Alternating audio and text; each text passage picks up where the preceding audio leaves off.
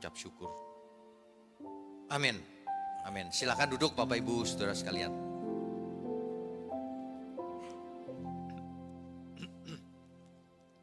Selamat pagi, Shalom. Tema besar kita di hari ini sudah tidak asing lagi. Tuhan adalah gembalaku. Subtemanya yang pertama adalah lebih dari cukup. Nanti subtema yang kedua, jiwaku puas. Sebenarnya yang kedua ini nanti bisa dibuatkan jiwaku puas atau domba yang baik. Ya. Untuk menggambarkan Tuhan sebagai gembala, Daud sudah berpengalaman sebagai seorang gembala juga.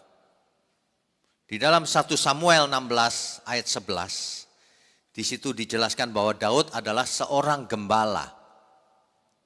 Ya. Nah, gembala di Alkitab itu dipakai sebagai metafora, salah satunya sebagai raja. Raja itu gembala. Jadi hari ini, kalau seseorang jadi pemimpin, penguasa, atau apapun, itu harusnya seorang gembala. Bukan penguasa, bukan diktator, tapi seorang penggembala. Pemimpin yang baik itu seorang gembala. Makanya Tuhan Yesus mengambil peran seperti gembala. Ia adalah gembala agung kita. Pemimpin-pemimpin dunia ini tidak kenal Tuhan Yesus. Makanya tidak jadi gembala dia. Jadi pemimpin yang diktator. Yang menekan ke bawah. Yang tidak jadi berkat. Hanya berkuasa saja. Ya.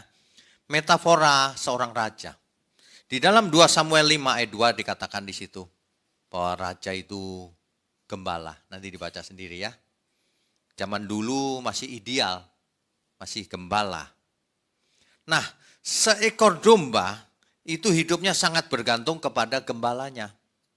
Makanya kemana saja gembala itu pergi, domba itu mengikutinya. Bapak Ibu coba perhatikan di YouTube, cari gembala yang sedang bersama domba-dombanya. Domba-dombanya selalu ngumpul bersama, mengikuti sang gembala. Bahkan gembalanya itu teriak dari jauh. Teriakannya itu bunyi-bunyi tertentu gitu. Domba-dombanya lari. Nyamperin gembala. Ia mengenal suara gembalanya. Coba aja Bapak Ibu teriak dengan cara yang sama, lafal yang sama. Enggak dianggap sama dombanya.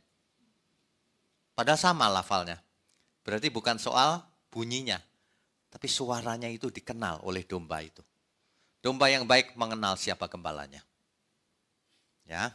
Nah, seorang gembala itu memberikan pemeliharaan, arahan, tuntunan, perlindungan. Makanya gembala dipakai sebagai metaforanya raja dan lain-lain. Itu gembala. Nah, kalau kita bicara Tuhan adalah gembalaku, ini Mazmur yang sangat terkenal sebenarnya. Mazmur pasal 23. Mazmur pasal 23. Bapak Ibu mesti sering-sering baca kitab Mazmur ya. Coba Mazmur pasal 23 ya.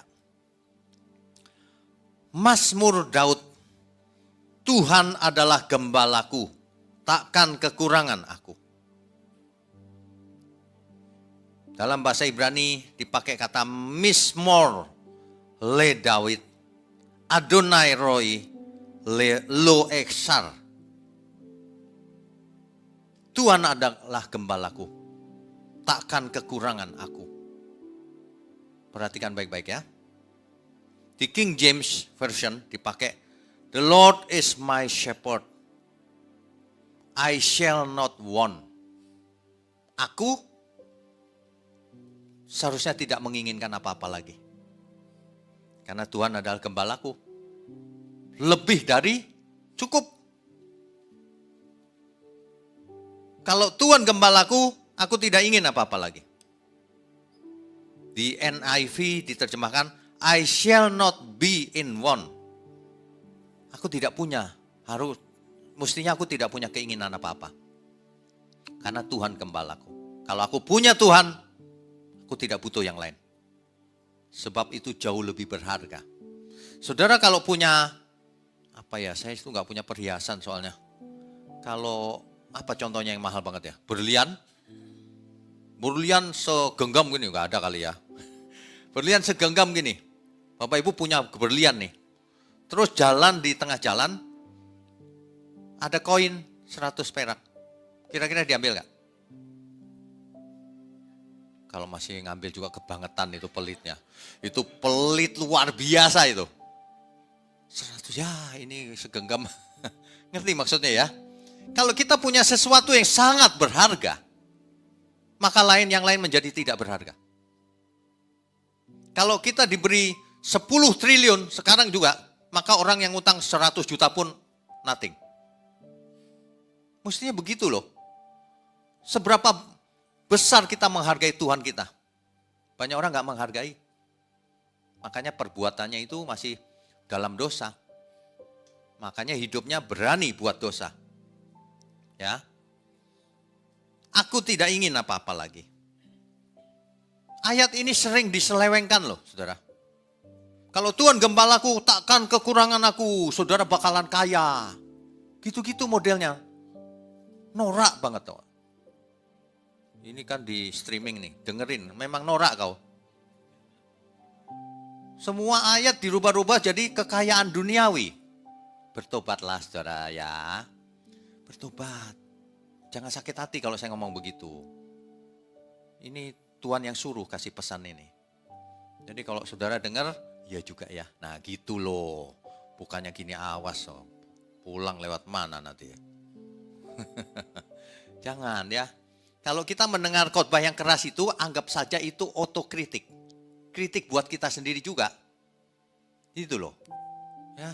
Salah itu. Tuhan gembalaku itu dalam hal apa? Bukan kekayaan. Makanya terjemahan takkan kekurangan aku ini salah dimengerti. Aku gak ingin apa-apa lagi. Lebih dari cukup. Itu yang benar. Itu ayat satunya, saudara. Jadi metafora gembala dan domba, kan ada gembala, ada domba nih. Kan gak ada gembala pergi sendirian, gak ada dombanya, itu bukan gembala namanya. Ya, metafora gembala dan domba ini dipakai kalau di Alkitab. Gembala itu metafora seorang raja, seorang pemimpin. Bahkan dipakai sebagai metaforanya Tuhan. Tuhan itu gembala. Ya, pelindung, pemelihara, itu gembala. Kalau domba, itu metaforanya jemaat atau umat. Kalau dalam perjanjian lama itu umat pilihan, umat Israel, itu domba. Kalau zaman sekarang domba itu jemaat Tuhan, umat Tuhan.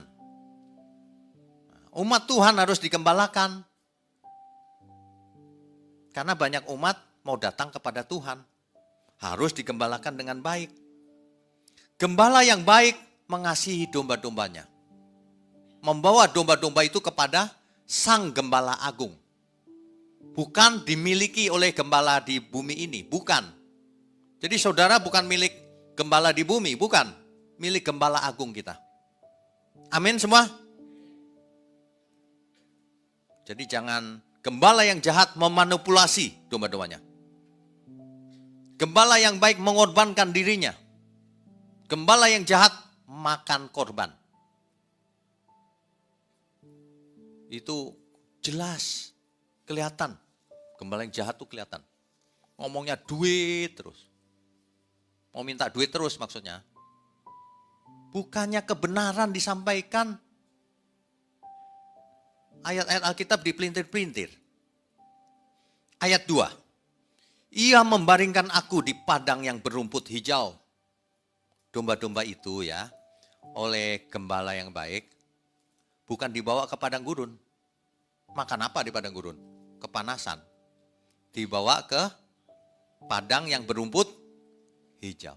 Maksudnya keadaan yang nyaman. Nyaman di sini jangan diartikan fisik ya. Ini kan metafora semuanya ini. Metafora itu kiasan, perumpamaan, figuratif. Ya. Dalam bayangan saya dulu ya, itu domba itu dibawa ke padang rumput terus dia pada geletak gitu. Ternyata tidak. Coba aja domba ditaruh situ, enggak geletak dia. Kadang-kadang sang gembala terpaksa mengikat kakinya itu. Diikat, geletakin, biar dia terbaring gitu. Supaya dia terbaring di padang yang berumput hijau. Diikat kakinya kadang-kadang. Kalau yang nakal-nakal itu diikat. Nah, jadi gembala yang baik itu membawa sang domba membaringkan di padang yang berumput hijau. Ia membimbing aku ke air yang tenang. Kenapa dibimbing ke air yang tenang? Kenapa nggak dibawa ke air yang berombak-ombak? Kenapa nggak dibawa ke sungai yang untuk rafting? Rafting tahu ya? Apa itu rafting ya? Arung jeram. Kenapa nggak dombanya taruh di situ? Ya kalau arung jeram mati nanti dombanya ya. Tapi nggak usah arung jeram lah. Yang sedikit berombak. Kenapa nggak? Dibawanya ke yang tenang sekali. Kenapa? Banyak orang nggak membayangkan ya. Domba itu mulut dan hidungnya kan deket tuh. Kalau airnya ngombak-ngombak ini keselak dia. Beneran. Makanya yang tenang supaya dia minum tenang-tenang. Itu gembala yang baik. Kalau gembala yang jahat dibawa yang ngombak-ngombak aja biar keselak-selak terus.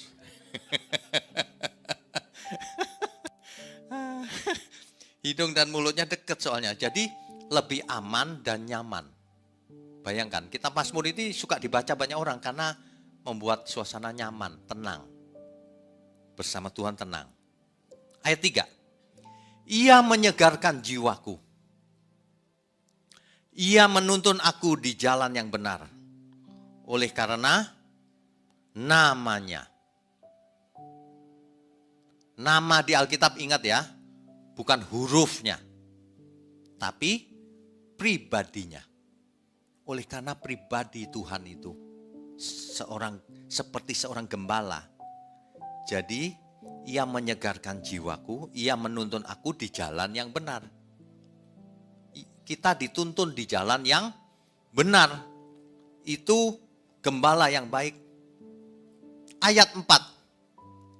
Sekalipun aku berjalan dalam lembah kekelaman. Lembah kekelaman itu lembah kematian. The valley of the death of death shadow. Ya, bayangan kematian, lembah bayangan kematian. Itu lembah kekelaman. Makanya kalau orang dalam bahaya, dia nyanyi lagu ini. Ya. Tuhan adalah gembalaku. Ketika apa namanya itu? Titanic tenggelam. Kalau di film kan begitu tuh ya, ada yang nyanyi lagu Tuhan adalah gembalaku. Karena gak ada yang lain.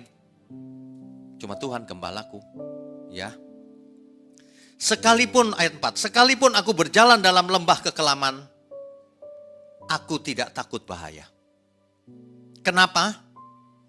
Sebab engkau besertaku. Gadamu dan tongkatmu itulah yang menghibur aku. Gada itu untuk memukul musuh. Kalau seorang penggembala menggembalakan dombanya, lalu ada singa, dipukul pakai gada. Jadi kalau saudara baca Daud, singa aja kalah sama Daud. Seorang gembala, gadanya itu. Lalu tongkatnya itu, tongkat gembala zaman dulu itu kan yang letternya begini ya. Jadi ada pegangannya, ada cantolannya itu loh. Itu bukan buat mukul musuh, bukan. Tongkat itu untuk kalau domba itu menyamping, dicantol lehernya. Gitu, ya. Nanti kapan-kapan kita mesti sediakan tongkat itu di sini. Kalau ada jemaat yang mulai miring-miring, nanti ibu-ibu ada ide, di rumah ada itu udah. Suami-suami jadi liatin maksudnya apa ini. Iya, suami-suami itu kalau cantol aja, balik sini. Ya, gadanya dan tongkatnya itu yang menghibur aku. Jadi kita tahu Tuhan itu melindungi kita. Dari apa? Dari kalau kita menyamping, ditarik. Kalau ada bahaya, dipukul sama Tuhan. Kita aman di tangan Tuhan. Amin ya semua ya. Ayat 5 dan ayat 6, saya bacakan ya. Engkau menyediakan hidangan bagiku di hadapan lawanku.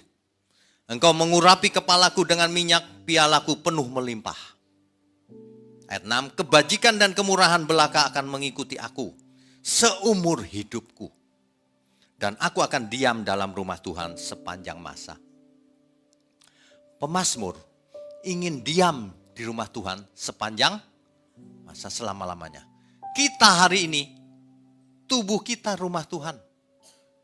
Bait Allah sepanjang masa. Asal jangan murtad.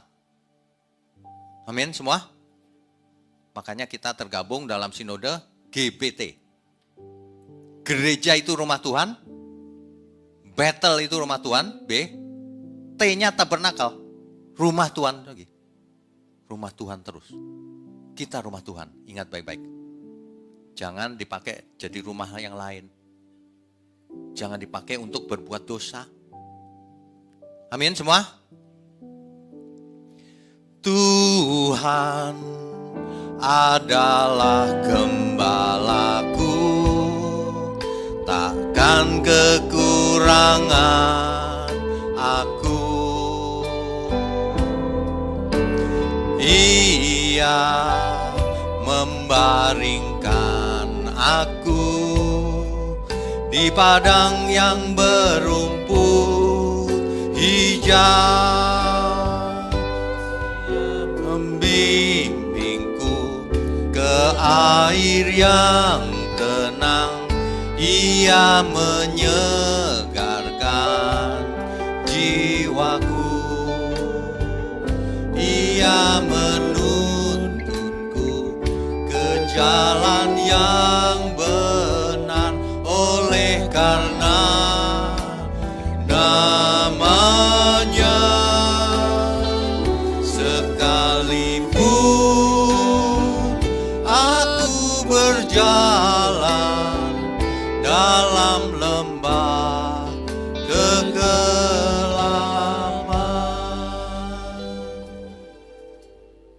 Bapak Ibu Saudara ya, di dalam hidup kekristenan kita ini ada banyak hal yang kita harus pelajari. Belajar hidup yang benar. Belajar memuji Tuhan dengan mulut juga, dengan perbuatan juga. Makanya pilih lagu-lagu yang memberkati. Dan harus mengerti maknanya, hikmatnya. Ya, lagu-lagu lama itu banyak yang baik juga. Saya selalu mendorong, mengencourage setiap kita memuji Tuhan dengan perasaan supaya lahir lagu-lagu baru. Siapapun kita. Kalau enggak lahir juga enggak apa-apa.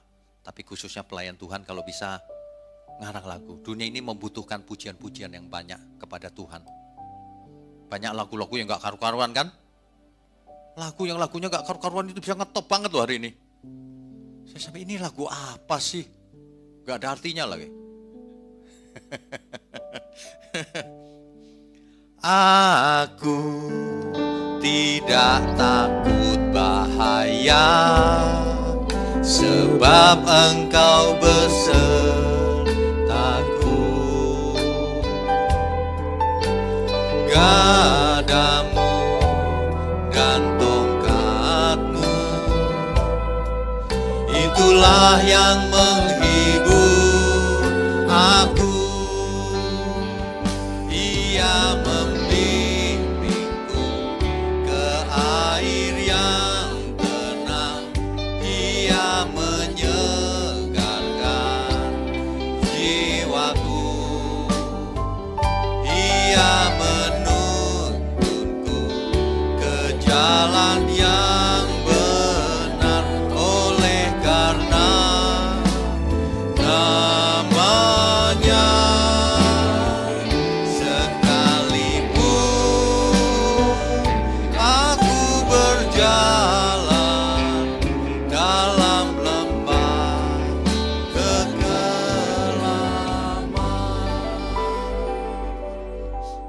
Iman yang benar itu yang seperti ini. Ajaran-ajaran yang baru itu justru menyesatkan kebanyakan. Iman yang benar itu meskipun aku berjalan dalam lembah kematian, kekelaman, aku tidak takut bahaya. Sebab Ia menyertai aku. Artinya, mau kita sehat, mau kita sakit dalam bahaya, aku tidak takut bahaya. Sebab Tuhan besertaku. Amin, saudara. Apapun masalah saudara, jangan takut karena Tuhan menyertai kita. Tapi jangan buat dosa. Biarlah kita hidup kudus untuk Tuhan. Mati pun dalam keadaan kudus untuk Tuhan. Itu baru iman yang benar. Kita beri kemuliaan untuk Tuhan.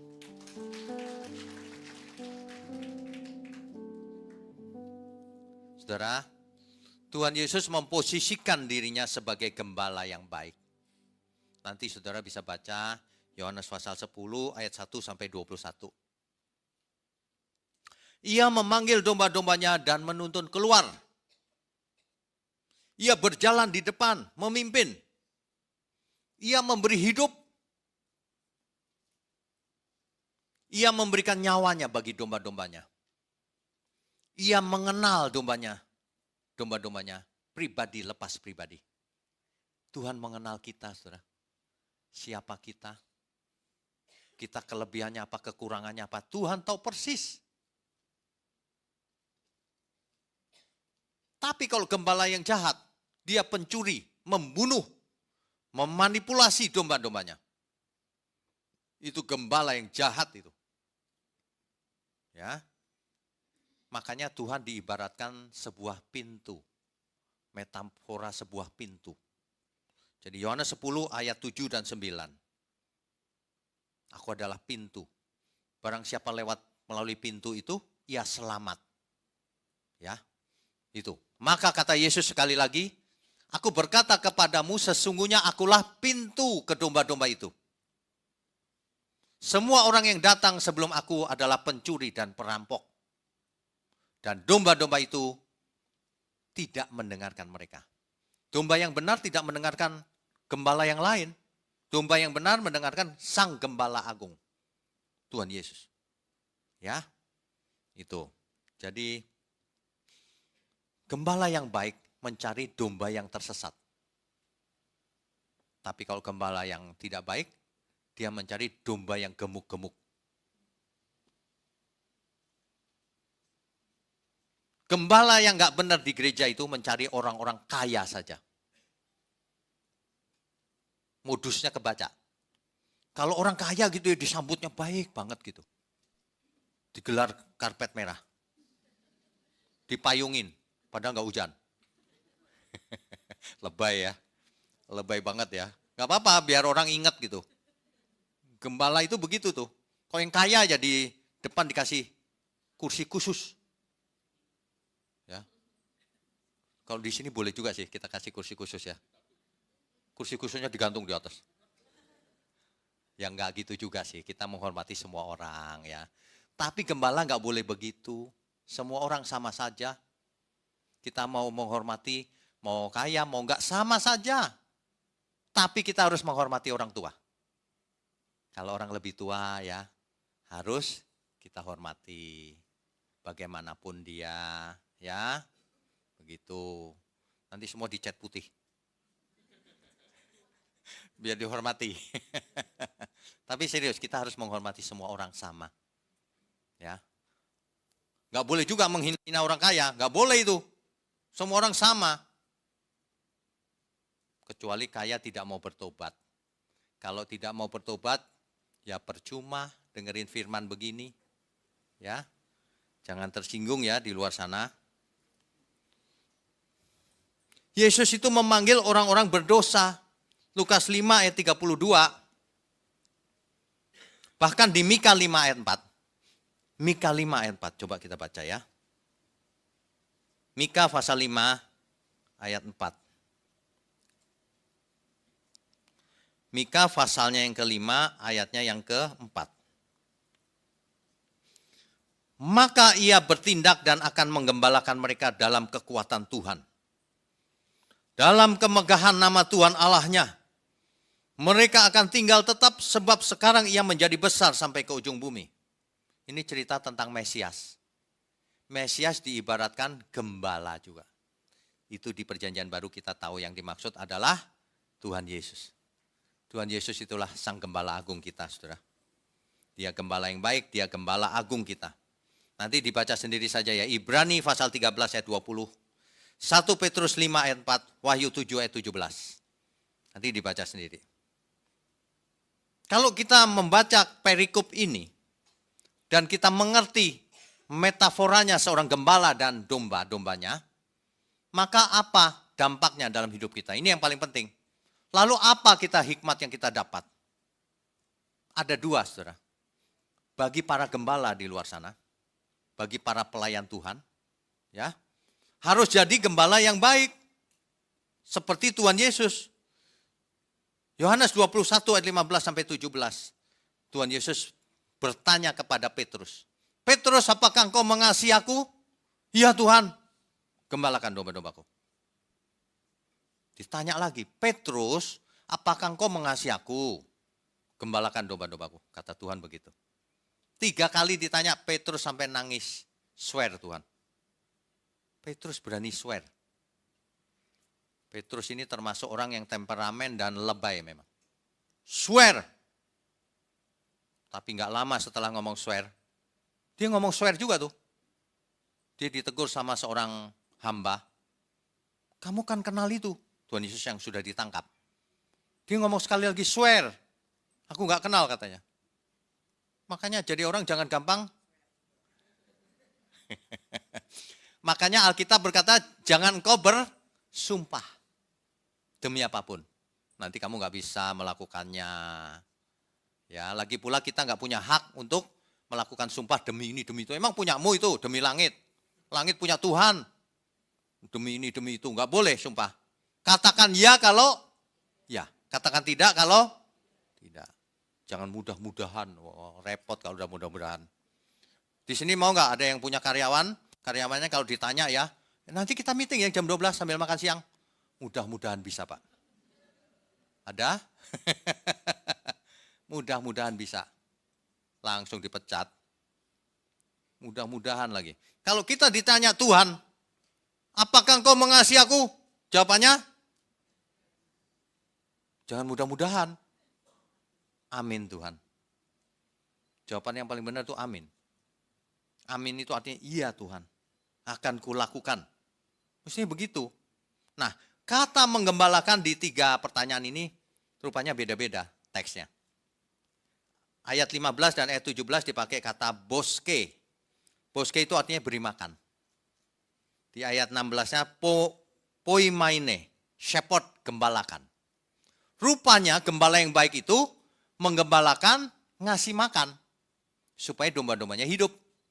Lah kalau gembala di gereja, ngasih makan apa? Firman Tuhan. Sebab manusia hidup bukan dari roti saja. Bukan dari nasi saja, bukan dari lemper saja. Tapi dari setiap firman yang keluar dari mulut Allah. Itulah sebabnya gereja yang tidak mengkhotbahkan kebenaran firman, jangan didatangin. Itu bukan gereja. Itu cuma sebuah motivator. Perusahaan motivator, pakai Alkitab tapi. Ya. Sebab gembala, kalau engkau mengasihi aku, kau kasih makan dia, kata Tuhan Yesus. Kasih makan firman yang benar. Banyak domba mesti diajar supaya cerdas. Supaya bisa membedakan mana gembala asli, mana gembala palsu. Ya, ini ancaman loh buat gembala-gembala yang palsu itu. Sampaikan kebenaran. Kalau enggak kau tidak mengasihi Tuhan artinya. Bahkan berkhianat sama Tuhan. Disuruh kasih makan yang sehat, dikasih racun jemaatnya. Jangan ya saudara. Jangan ya. Itu bagi para gembala. Mari kita bertobat sama-sama. Setiap pengkhotbah, setiap pelayan Tuhan, sampaikan kebenaran. Jangan yang lain. Jangan ada motif-motif tertentu. ngakalin jemaat dan sebagainya. Ya. Tapi bagi domba-domba, saya agak heran gini, kenapa sih lu pergi ke yang begitu-begitu? Dua kemungkinannya, minimal dua. Satu, tidak mengerti. Karena tidak bisa membedakan kan? Kedua, memang seleranya sama yang palsu. Seleranya memang palsu. Domba yang begini tersesat loh, saya kasih tahu. Dicantol sama gembala palsu tuh. Supaya masuk jalur yang palsu. Orang udah jelas pemazmur bilang, ia menuntun di jalan yang benar. Makanya domba-domba yang tidak cerdas itu hilang dia nanti. Dituntun ke jalan yang salah, mau dia. Mengerikan loh ini. Mengerikan. Kalau yang begini nggak banyak orang suka. Kalau yang menyenangkan telinga gitu, senang banget orang-orang. Heran ya.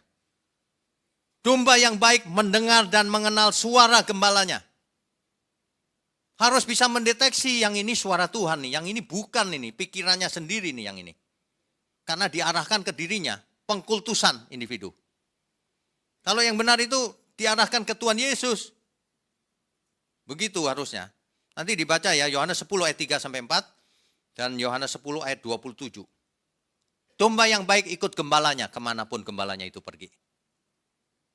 Percaya total kepada sang gembala. Perhatikan tuh domba-domba itu, nggak nanya-nanya saya mau gembala, ngikut aja kemana aja. Pasti tidak tersesat, pasti selamat. Sembuh, pasti sembuh. 1 Petrus 2 ayat 24 sampai 25. Ya. Oleh bilur-bilurnya kamu sudah sembuh. Padahal kalau kita baca itu jelas banget itu. Ada orang yang ngatain saya sesat karena ayat ini. Coba kita baca. Meskipun ini sering dibaca, mari kita baca sekali lagi. 1 Petrus pasal 2 ayat 24 sampai 25. Ia sendiri telah memikul dosa kita di dalam tubuhnya di kayu salib. Ia siapa? Tuhan Yesus. Supaya kitanya siapa? Kitanya dijelaskan di situ. Kitanya yang telah mati terhadap dosa. Jadi kalau saudara belum mati terhadap dosa, nggak termasuk di ayat ini. Yang telah mati terhadap dosa, hidup untuk, yang hidup untuk kebenaran. Barulah kalimat itu boleh diucapkan oleh bilur-bilurnya, kamu sudah sembuh. Jadi orang yang sudah sembuh itu ciri-cirinya apa? Mati terhadap, hidup untuk, itu sembuh artinya. Bilur-bilur Tuhan menyembuhkan. Jadi bukan sembuh dari penyakit. Ayat ini loh ya, saya katakan ya. Kalau kita baca ayat 25-nya lebih jelas lagi. Sebab dahulu kamu sesat seperti domba. Sesat. Kamu dulu gak ngerti, ikut yang lain. Tetapi sekarang kamu telah kembali kepada gembala dan pemelihara jiwamu. Siapa itu? Tuhan Yesus. Ya. Orang ngatain saya sesat ini. Loh kenapa sesat? Lah saya doakan orang pakai oleh bilur-bilurnya kamu sudah sembuh. Sembuh benar orangnya? Kok disalah-salahin? Ini orang yang gak takut firman Tuhan ini nih. Kalau ada orang yang tidak mengerti menggunakan ayat ini untuk menyembuhkan, dan Tuhan mau menyembuhkan ya bisa saja, kenapa tidak? Gak ada salahnya, itu kuasa Tuhan itu.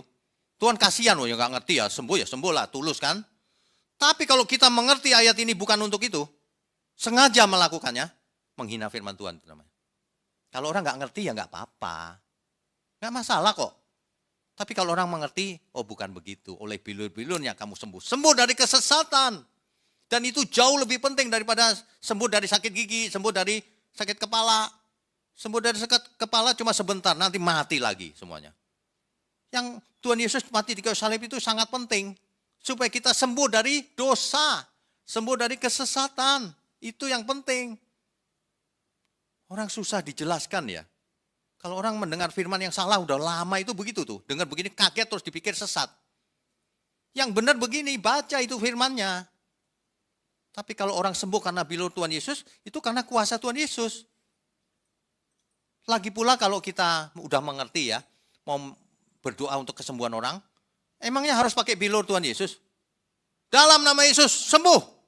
Sembuh dia oleh kuasa Tuhan. Jangan pakai oleh bilur-bilurnya.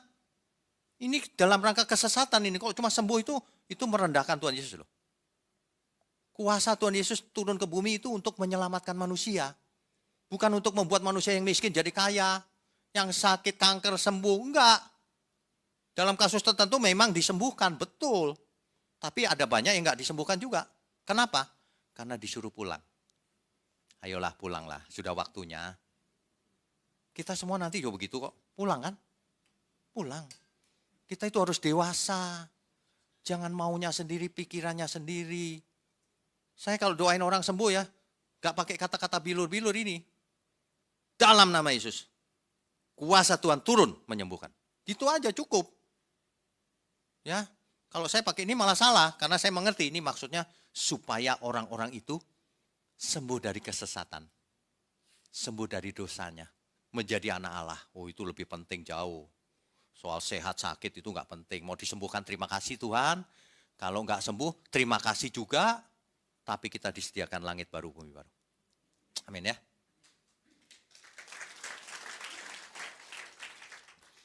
Banyak orang imannya tidak bisa bertumbuh kalau pengertiannya salah. Kalau pengertiannya benar aku enggak takut mau sakit mau sehat. Enggak masalah aku milik Tuhan kok. Tapi kita jaga kesehatan. Begitu. Jangan teriak-teriak oleh bilu-bilunya kamu sembuh muakan sembarangan. Sakit jantung nanti. Banyak yang ngawur-ngawur begitu tuh. Pakai ayat sembarangan, muakan sembarangan. Pola hidup sembarangan. Kena jantung mati mendadak. Faktanya begitu. Makanya belajar itu yang benar. Kalau Tuhan Yesus ada ya Tuhan Yesus pasti marah-marah juga. Gimana sih, kenapa sih kau nggak ngerti firmanku? Kan ada tuh. Tuhan Yesus berkata, kenapa sih kamu nggak mengerti firmanku? Gitu. Kenapa ya? Karena orang mau mendengar yang enak-enak saja. Nggak mau dengar yang benar. Padahal ya kalau kita dengar yang benar ya, lama-lama mantep, aku mau. Enakan yang benar daripada yang kedengarannya enak. Itu cuma membuai sebentar, nanti pulang balik lagi masalahnya. Mendingan kita yang benar supaya selamat, kan gitu. Ya. Sebagai penutup, saudara, jika Tuhan Yesus adalah gembala agung kita, keyakinan kita pasti kokoh. Kita itu domba yang ingin ikut sang gembala. Dalam metafora lain di kitab Mazmur dipakai metafora seperti rusa yang merindukan air. Metaforanya itu luar biasa loh Mazmur itu. Itu puisi saudara. Itu puji-pujian. Itu luar biasa. Makanya kita mesti memacu diri kita belajar. Jangan minum susu terus. Makanan keras supaya dewasa. Amin ya. Seperti rusa rindukan air.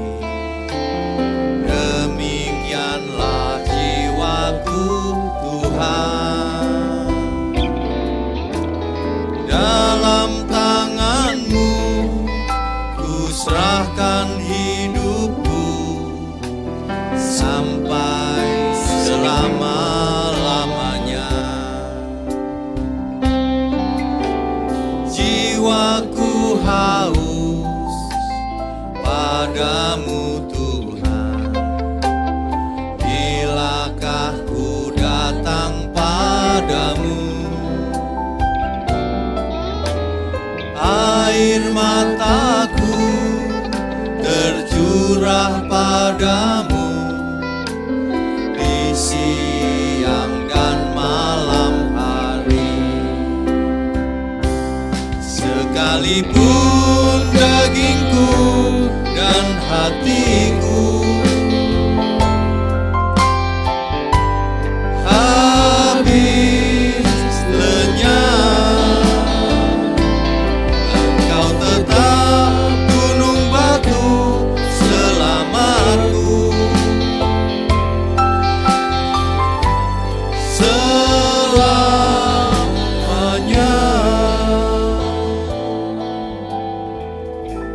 Saudara perhatikan baik-baik.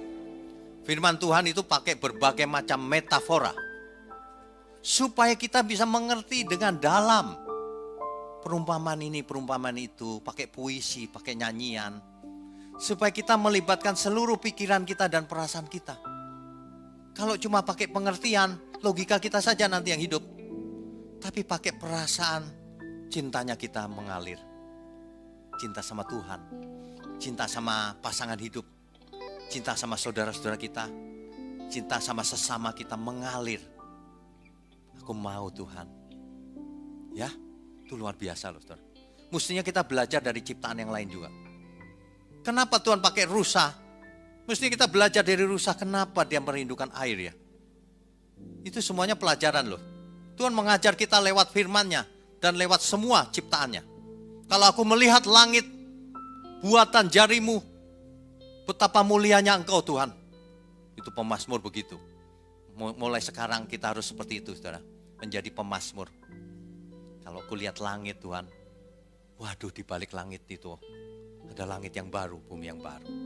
Kalau aku lihat manusia-manusia ciptaanmu Tuhan, mestinya ini jadi saudaraku di surga nanti. Amin semua. Kita sedih loh kalau ada, kok dia begitu nanti gak ketemu kita di surga. Tuhan tidak menginginkan seorang pun binasa. Begitu loh saudara ya. Amin semua. Amin.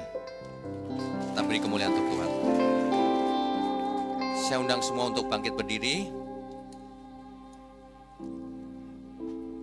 Bapak Ibu saudara sekalian, kita mengadakan yang namanya doa pagi dan impartasi.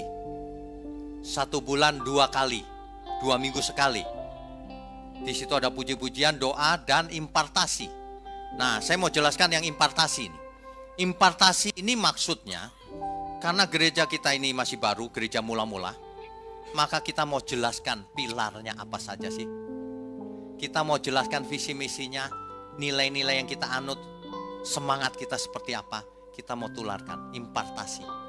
Sehingga semua jemaat Tuhan di tempat ini mengerti bahwa kita itu satu keluarga besar. Karakternya harus mirip-mirip, idealnya sama, impartasi. Nah termasuk jemaat Tuhan dimanapun berada yang bukan jemaat GMM gak masalah. Karena impartasi kebenaran boleh diterima siapapun, untuk semua umat Tuhan. Mengerti ya? Nanti gak berapa lama lagi kita akan buat doa pagi setiap pagi.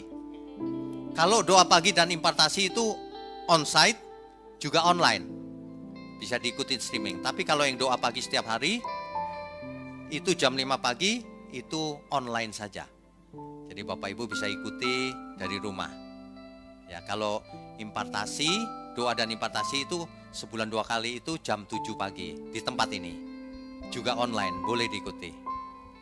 Amin ya semua ya. Supaya kita menyamakan spirit kita di dalam Tuhan. Semakin hari semakin bertumbuh bersama-sama.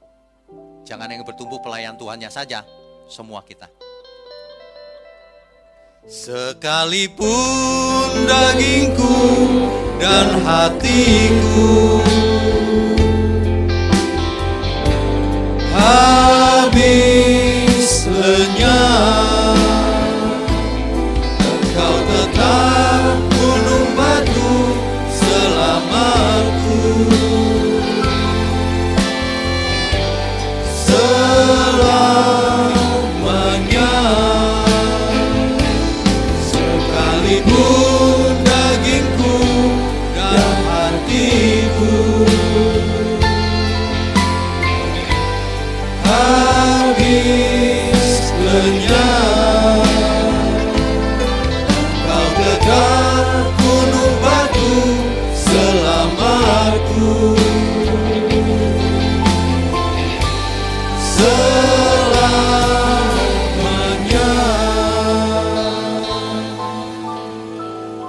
Bapa kami yang di surga, kami mengucap syukur kalau kami memiliki Gembala Agung Tuhan Yesus, Putra Tunggal-Mu ya Bapa. Terima kasih untuk hidup yang penuh dengan anugerah ini. Mengucap syukur untuk gereja di tempat ini, gereja mula-mula. Engkau pimpin Tuhan di jalan yang benar, membawa domba-domba Allah ke jalan yang benar, ke padang yang berumput hijau, kepada keselamatan sejati di dalam Tuhan Yesus. Kami mengucap syukur untuk para pelayan Tuhan yang melayani dengan tulus. Mengucap syukur untuk seluruh umat Tuhan dimanapun berada, baik yang hadir di tempat ini maupun yang mengikuti lewat online. Terima kasih Tuhan. Kami semua, jadikan kami semua keluarga di dalam Tuhan. Sebelum kami sudahi pertemuan ini, mohon curahkan berkat-Mu atas kami. Mari saudara, angkat tanganmu tinggi-tinggi. Kami sambut segala berkat, baik berkat jasmani maupun berkat rohani. Semua yang baik turun dari surga atas kita semua, mulai siang ini sampai selama-lamanya. Haleluya. Semua yang percaya katakan amin. Amin. Silakan duduk. Saudara sekalian, bicara soal kebenaran, setiap orang merasa benar. Makanya semua kecap dinomor satukan. Ada orang yang mengatakan saya paling benar, ini paling benar, itu paling benar. Mana sebenarnya yang paling benar? Oleh sebab itu, hadiri seminar 7 natur kebenaran dan aplikasinya. Seminar ini wajib dihadiri oleh para teolog, apologet, pengkhotbah, bahkan oleh para jemaat sendiri, agar kita bisa membedakan manakah yang benar, manakah yang salah. Inilah alat uji kebenaran yang sangat objektif dan alkitabiah. Pastikan saudara ikut dan ajak seluruh saudara dan sahabat-sahabat. Bapak-bapak dan ibu-ibu yang terkasih dimanapun berada, yuk kita belajar pelajaran Alkitab bersama secara online setiap hari Rabu jam 7 malam bersama pendeta Bapak Wignio Tanto secara online, bisa melalui Zoom. Tetapi kita harus mendaftarkan dulu ke nomor berikut ini. Selamat bergabung dan Tuhan Yesus memberkati.